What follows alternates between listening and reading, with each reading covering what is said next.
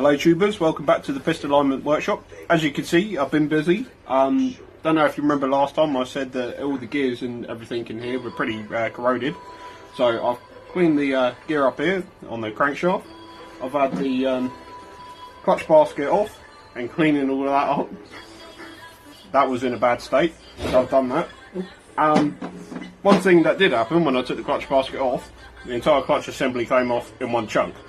So hopefully I can carefully get that apart again, clean them up, and that'll work again. If not, then I'll be ordering a new clutch as well. But some bits have arrived, which is always exciting.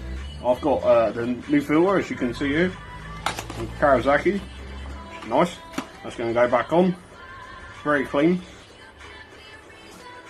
in comparison to the old one there. So that's nice. And also that little gauze filter that everyone always forgets about. This is our nice new one here, and if you remember, that's our old one that's shut the fuck basically.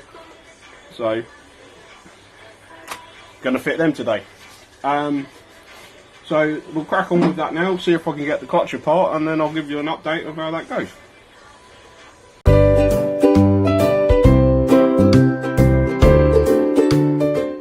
Right, on this fitting the clutch now, as you can see the clutch basket's on. I'm halfway through, well, freeing off the clutch. So, pretty simple to do. Just got a little screwdriver in the side here, going off the ears on the friction plates. Just working it way around, being careful not to rip the material off. Just slide it on, so I've got a couple of plates left now.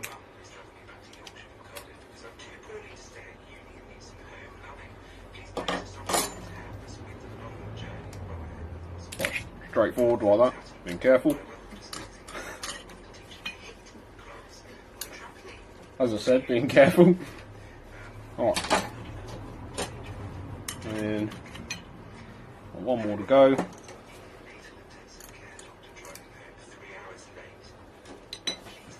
In the end.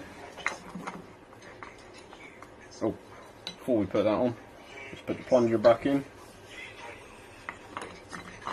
And the cap like that. Right, now I need to find my screws in their little pot and start screwing them on.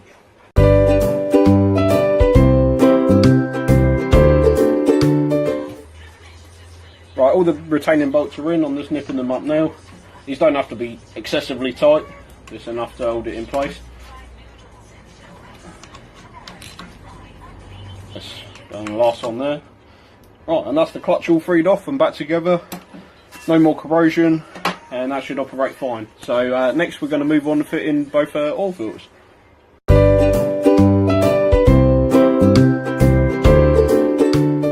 Right, now we're on to the oil filters. We've got the filter bottom there. New O-ring. Don't forget to lube your rings, very important. So that sits on there like so.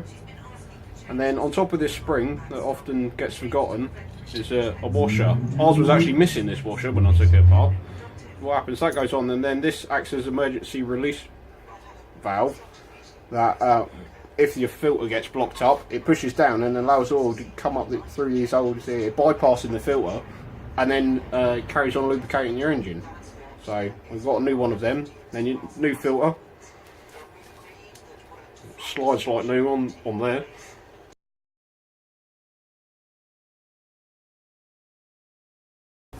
Right, like so. So let's put that back in the bottom there now.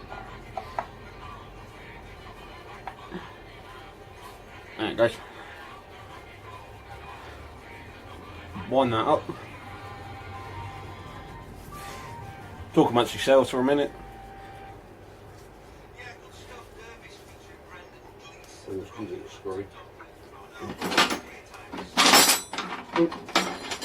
Then reach through and grab your spanner.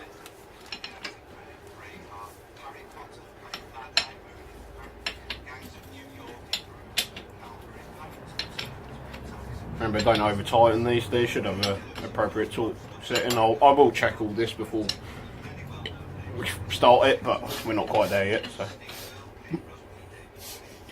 alright, and that's that one there.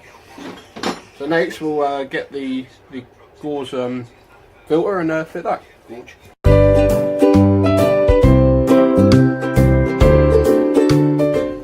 This is my new one. I'm going to soak this in oil to begin with to give it a bit of a helping start when it comes to cranking it, so it's not dry. Also, I've got a little pot of fresh oil here. Let's get it right in there. Next, and then the whole thing.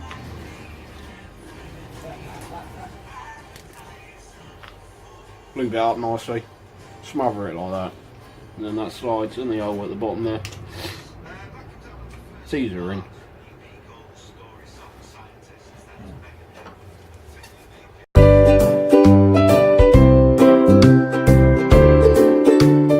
Alright, that's that filter put back in, and I've bolted the oil pump back up here now. So next time, hopefully I'll have the gasket set and we'll be putting this case back on and then get cracking on with the top end. If you like what we're doing, feel free to comment.